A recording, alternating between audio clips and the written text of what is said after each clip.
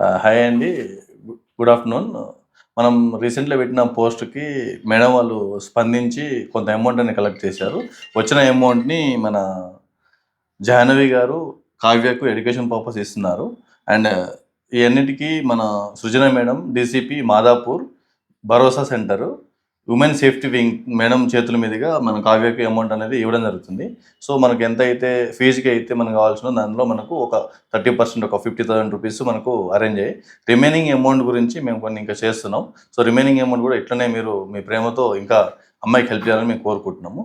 So మనం జాహ్నవి గారిని amount అనేది మన సృజన మేడంకు అందజేసి మేడం చేతుల మీద కావ్యకి ఇవ్వాలని మేము కోరుకుంటున్నాము.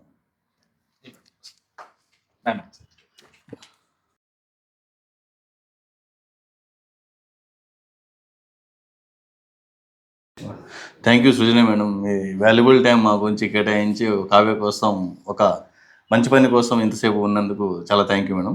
జాహ్నవి గారు మీకైతే స్పెషల్ థ్యాంక్స్. మీరు ఎక్కడో ఇంత బిజీగా ఉన్నా మా కోసం ఇక్కడ దాకా వచ్చారు. మా ప్లేస్కి వచ్చి ఇస్తున్నందుకు స్పెషల్ థ్యాంక్స్ అండి.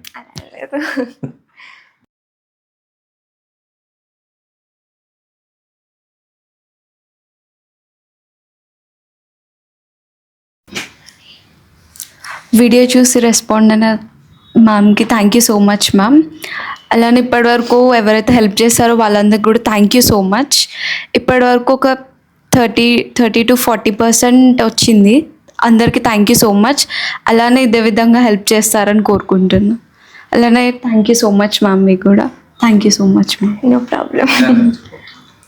సో మీ అందరికీ కూడా మీరు పోస్ట్ చూసిండ్రు అండ్ ఎంత హెల్ప్ చేసిండ్రు. సో చాలా చాలా థ్యాంక్ యూ.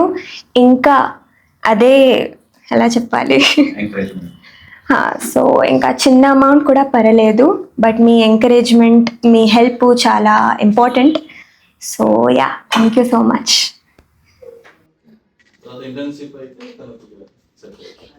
నెక్స్ట్ మన మెయిన్ పర్పస్ ఏంటంటే మనం నెక్స్ట్ పీజీ కూడా అంటే మనం లాంగ్ టర్మ్లో ఇట్లాంటి మనం ఎవ్రీ ఇయర్ అప్రోచ్ అవ్వడం కన్నా దీన్ని చూసి ఎవరైనా ఇండస్ట్రియల్ లీడ్స్ అయిన ఎవరైనా ఒక కోర్సు పీజీ అయితే మేము చూసుకుంటా అని ఎవరన్నా రీచ్ అవుతారో అనే ఉద్దేశం.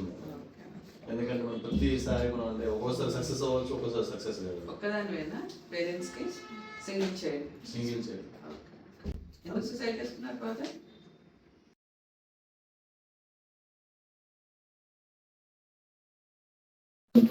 లాస్ట్ మినిట్లో తను కాల్ చేసింది, సరే నువ్వు రారా నాన్న నేను చూసుకో అంటే నన్ను 20 years తో కలిసి ఏడ్చాడు అతను. ఏడ్చిన ఒక 2-3 monthsకి సూసైడ్ జరిగింది. అందుకే నేను చూసుకో. మదర్ లేకుండా ఉన్నారు మ్యామ్, కానీ వదిలేసి వెళ్ళిపోయింది. ఎప్పుడు వెళ్ళిపోయారు? డాడీ చనిపోయారు. అంటే ప్రాబ్లం ఉండే సూసైడ్ చేసుకున్నాను. తను వాళ్ళు ఉన్నప్పుడు కూడా ఏనాడు కూడా తను వాళ్ళ నాన్నే చూసుకున్నాడు తప్ప వాళ్ళ అమ్మ ఏనాడు చూసుకోలేదు. పిల్లలను వదిలేసి 2 years అసలు కనీసం ఫోన్ చేయలేదంటే అందుకనే ఇక నేను చూసుకోవట్లే అని చెప్పేసి నేను చూసుకున్నాను.